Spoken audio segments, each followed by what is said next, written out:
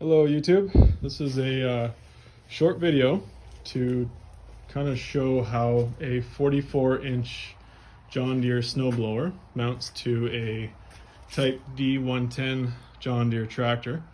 I think there's some variations in the models from what I understand. Some of the models, like the newer models, connect specifically in the front. They have like a bracket that connects to the lawn tractor.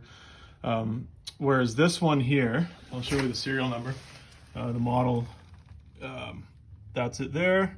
And it has this big, long, kind of a extension piece that is mounted to the blower, which goes underneath the lawn tractor itself.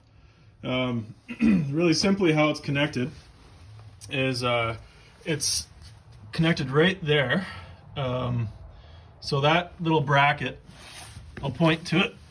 This guy right here is an aftermarket bracket, which you can buy from John Deere. I made this just out of some scrap steel. It's basically like an L-shaped bracket, and you might be able to see it better from this angle. And basically what it does is it holds this threaded rod that I put underneath the chassis, and then this little clip here basically just connects on, and then you can bolt it in, or it comes with these little quick release pieces here so that it's easy to get on and off. I just use a chunk of, I think that's 3/8 threaded rod that just kind of extends out the other side as well. So it's pretty simple. All you do is you just basically let your blower sit on the ground. You obviously take your mower deck off your lawn tractor, and then you drive over it and then lift it up, put it in place, and slide your pin through, or just connect this up, and then that's the front part. To connect the belts, this one here comes with the blower, or it came with mine anyways, and then you just loop it over your PTO drive off your engine, and then this is the basically the tension for the clutch, the tension wire with the spring, and then you just kind of maneuver it in there, and you see how it pulls on the tension pulley right there. That's what engages the blower. So you basically just connect the spring up to that bracket there that's attached to that pulley, and that's it. The rest is inclusive with the blower assembly. The front was a little bit different. It came with, it only had this part here with the blower. I manufactured these arms here and this bracket, which again bolts to the frame of the lawn tractor. You can see there's not much to it.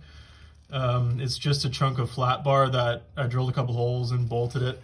I made this piece up here. It kind of, I'll demonstrate how it actually moves.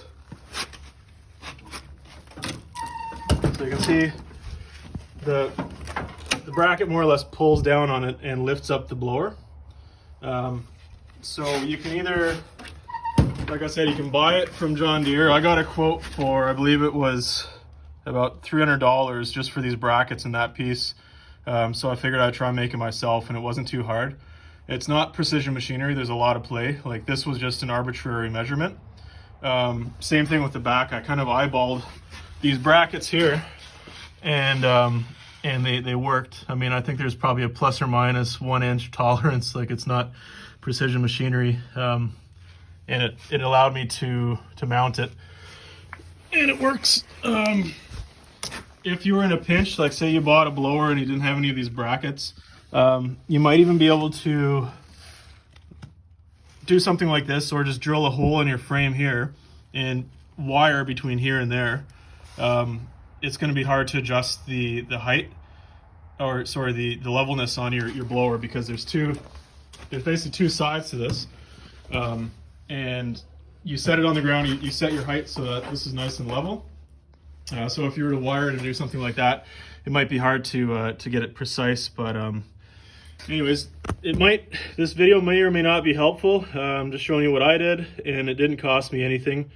other than the blower itself, which was, you know, about $1,200 Canadian. And overall, it does a really good job. Like I said, I've had it in the snow, you know, this deep. And the lawn tractor itself, it's small, but it's got 19.5 horsepower, which I found is more than enough to make it work. The only issues I've had are basically the back tire is skipping out going up a steep driveway, so I put some cinder blocks on top of these suitcase weights there, and that helped it out. It is a little bit sluggish, so it's obviously gonna have a hard time dealing with a lot of snow, but like I said, I haven't had any issues.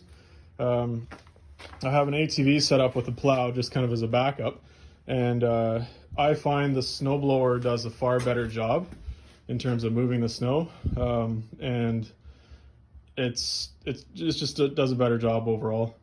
More fun to use. So hopefully this is helpful. I can give some approximate dimensions on the brackets if need be. Not much to it. It's just probably 1/4 inch flat bar. And that's about it. Hope that helps.